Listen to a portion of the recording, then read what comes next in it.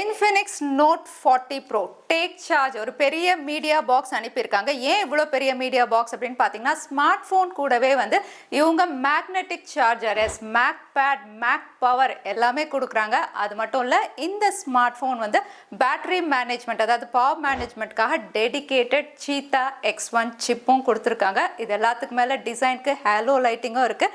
இது எல்லாமே வெறும் 20,000 ப்ரைஸ் செக்மெண்ட்டில் இன்ஃபினிக்ஸ் லான்ச் பண்ண போகிறதா தெரியுது. ஸோ இந்த ப்ரைஸ் செக்மெண்ட்டுக்கு எக்ஸைட்டிங் ஃபீச்சர்ஸ் எப்படி இருக்குன்னு பார்த்துலாம். அதோட சேனலுக்கு ஃபர்ஸ்ட் டைம் வந்திருக்கீங்கன்னா, என் பேர் வானா, இது technical Chennai. So take charge பெரிய மீடியா யூனிட் அனுப்பியிருக்காங்க. நீங்கள் ஆர்டர் பண்ணுறீங்க அப்படின்னா நார்மல் பாக்ஸ் தான் உங்களுக்கு வரும். ஸ்மார்ட் ஃபோன் கூடவே வந்து மேக் பேட் வந்து பண்டில் பண்ணி தான் இவங்க கொடுக்குறாங்க. அதோட நிறைய ஸ்டிக்கர்ஸ் இருக்கு. கிளாஸ் ஸ்கிரீன் ப்ரொடெக்ஷன் பாக்ஸ்லேயே கொடுத்துருக்காங்க. Type A to type C cable, 45 watt adapter இருக்கு. சில யூசர் மேனுவல் இருக்கு, நீங்க படிச்சு பார்த்துக்கலாம். கேஸ் வந்து பேக் பேனல் என்ன கலரோ அப்படியே கொடுத்துருக்காங்க. ஸோ மேக்னெட்டிக் வயர்லெஸ் சார்ஜிங் பண்ணும்போது இந்த கேஸ் வந்து நம்ம யூஸ் பண்ணணும். ஸோ பாக்ஸில் ஸ்மார்ட் ஃபோன் கூடவே ஆக்சசரிஸ் வயர்லெஸ் சார்ஜரும் இருக்கும்.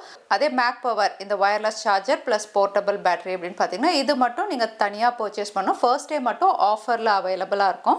Infinix Note 40 Pro first time ஒரு ஆல்ரவுண்டர் FastCharge 2.0 சப்போர்ட்டோட கொடுத்துருக்காங்க. இந்த ஸ்மார்ட் ஃபோனில் பேட்டரி கெப்பாசிட்டி அப்படின்னு பார்த்தீங்கன்னா 5000 mAh. இது கூடவே வந்து வைட் ஃபாஸ்ட் சார்ஜிங் பாக்ஸில் வந்து உங்களுக்கு 45 வாட் அடாப்டர் கொடுத்துருக்காங்க. வயர்லெஸ் சார்ஜிங்கும் இந்த ப்ரைஸ் செக்மெண்ட்டில் first time magnetic wireless charging சப்போர்ட்டோட வருது.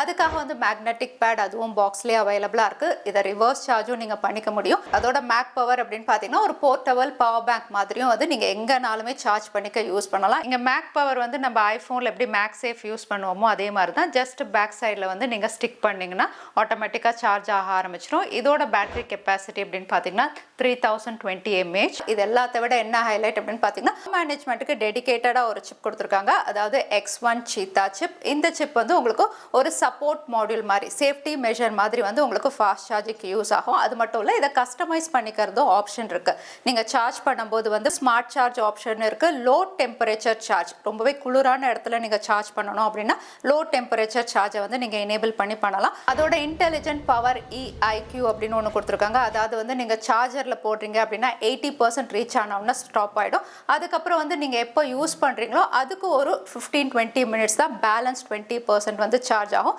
இது மூலமா வந்து பேட்டரி லைஃபை இன்க்ரீஸ் பண்ணுற மாதிரி வந்து நிறைய விஷயங்கள் வந்து இந்த டெடிகேட்டட் சிப்பில் வந்து இவங்க ஆப்டிமைஸ் பண்ணியிருக்காங்க.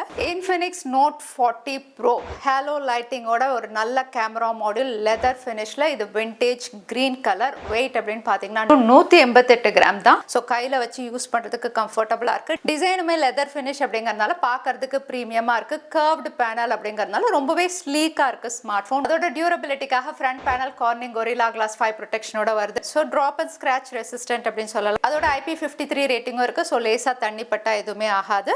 போர்ட்ஸ் அண்ட் பட்டன்ஸ் பொறுத்த வரைக்கும் ரைட் சைடில் வால்யூம் அப் அண்ட் டவுன் இருக்குது. கீழே SIM slot, mic, type C port, speaker grill கொடுத்துருக்காங்க. மேலே டுவல் ஸ்பீக்கர் அப்படிங்கிறதுனால இன்னொரு ஸ்பீக்கர் இருக்குது. இது கூடவே செகண்டரி நாய்ஸ் கேன்சலேஷன் மைக், அதுக்கப்புறம் IR பிளாஸ்டரும் இருக்குது. ஸோ உங்கள் வீட்டில் இருக்க மற்ற அப்ளையன்சஸை ரிமோட் மாதிரி இதுலேயே நீங்கள் கண்ட்ரோல் பண்ணிக்கலாம். இங்கே சிம் ஸ்லாட் அப்படின்னு பார்த்தீங்கன்னா டுவல் சிம். ஸோ நீங்கள் தாராளமாக 2 5G சிம் யூஸ் பண்ண முடியும். டிசைனை பொறுத்த வரைக்கும் பேக் பேனல் லெதர் ஃபினிஷ் அப்படிங்கிறதுனால ப்ரீமியமாக இருக்குது. கேமரா மாடியூலும் நல்ல பெரிய கேமரா மாடியூல். இங்கே வந்து உங்களுக்கு கேமரா மாடியூலில் ஹேலோ லைட்டிங் அப்படின்னு ஒரு புது விஷயம் கொடுத்துருக்காங்க. இது வந்து நம்ம நத்திங் ஃபோனில் கிளிஃப் இன்டர்ஃபேஸ் பார்த்துப்போம் இல்லையா, நோட்டிஃபிகேஷனுக்குலாம்.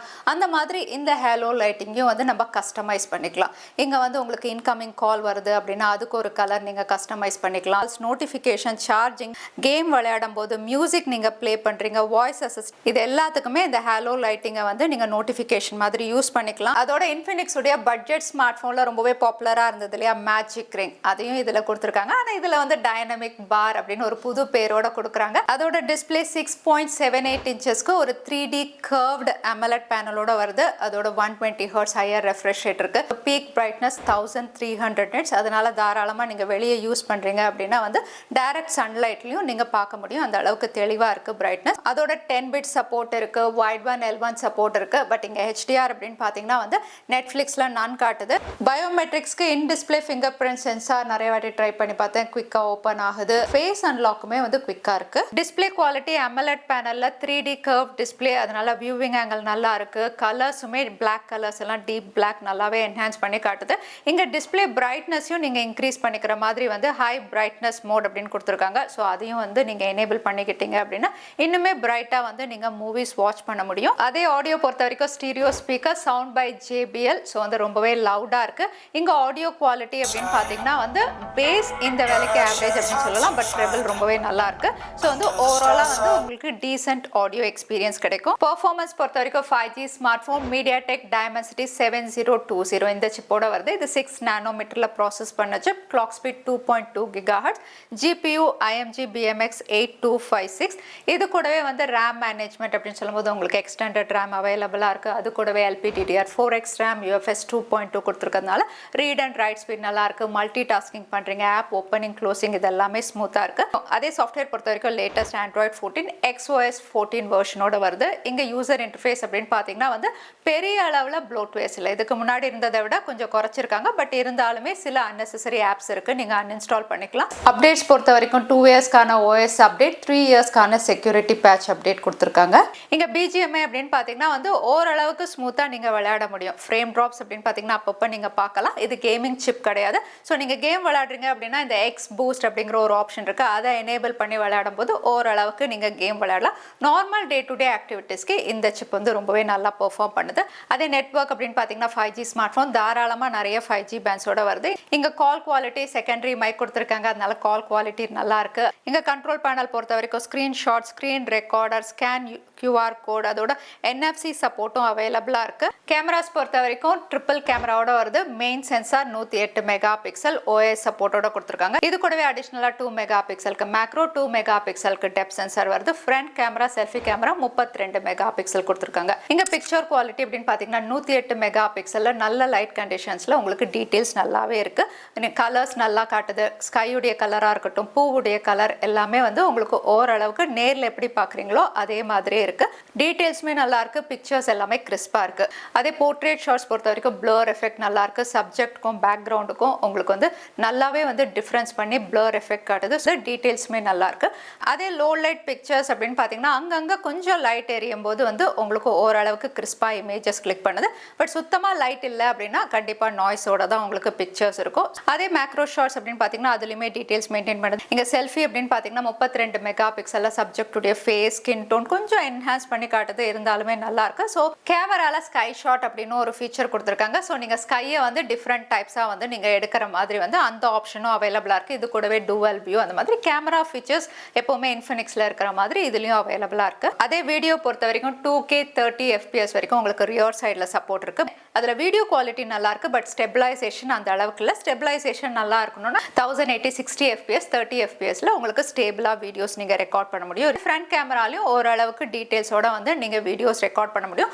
ஸ்டெபிலைசேஷன் அப்படின்னு பாத்தீங்கன்னா இந்த வேலைக்கு ஓகே அப்படின்னு சொல்லலாம். So Infinix Note 40 Pro 20,000 price segment அப்படின்னு சொல்லும்போது டிசைனே நல்லா இருக்கு. வீகன் லெதர் ஃபினிஷோட கொடுத்துருக்காங்க. டிஸ்பிளேவும் 3D curve panel, dual speakers கொடுத்துருக்காங்க. கேமராவும் வந்து இந்த பிரைஸ் செக்மெண்ட்டுக்கு ஆவரேஜா நீங்க பிக்சர்ஸ் கிளிக் பண்ணலாம். பெர்ஃபார்மன்ஸ் டீசென்ட் அப்படின்னு சொல்லலாம். இங்க குறை அப்படின்னு நம்ம சொல்லணும்னா வந்து யூசர் இன்டர்ஃபேஸ்ல சில ப்ளோட்வேஸ் இருக்குன்னு சொல்லலாம். அகைன் வந்து பெர்ஃபார்மன்ஸ்க்கு வந்து இவங்க 6 நானோமீட்டர் சிப் கொடுக்காம வந்து இன்னும் பெட்டரா 4 நானோமீட்டர் இவங்க கொடுத்துருக்கலாம் அப்படிங்கிற மாதிரி சொல்லலாம். பட் இருந்தாலுமே இந்த வேலைக்கு வந்து வெறும் வயர்லெஸ் சார்ஜிங் அப்படின்னு சொல்லாம இவங்க வயர்லெஸ் சார்ஜிங்க்கு தேவையானது, அதாவது மேக் பேட், மேக் சேஃப் பாக்ஸோட பண்டில் அப் பண்ணி கொடுத்துருக்காங்க. ஸ்கிரீன் ப்ரொடெக்டரும் பாக்ஸ்லேயே கொடுத்துருக்காங்க. ஸோ இந்த விஷயம்லாம் பார்க்கும்போது வந்து இந்த ப்ரைஸ் செக்மெண்ட்டுக்கு சார்ஜிங், பேட்டரி மேனேஜ்மெண்ட் எனக்கு முக்கியம் அப்படின்னு நினைக்கிறவங்களுக்கு Infinix Note 40 Pro ஒரு பெஸ்ட் பையா இருக்கும். ஸோ Infinix Note 40 Pro பத்தி நீங்க என்ன நினைக்கிறீங்க தவறாம கமெண்ட்ல ஷேர் பண்ணுங்க. வீடியோ பிடிச்சிருந்தா லைக் பண்ணுங்க, உங்க ஃப்ரெண்ட்ஸோடய ஷேர் பண்ணுங்க. இன்னொரு வீடியோல பார்க்குறேன். Stay safe, stay happy.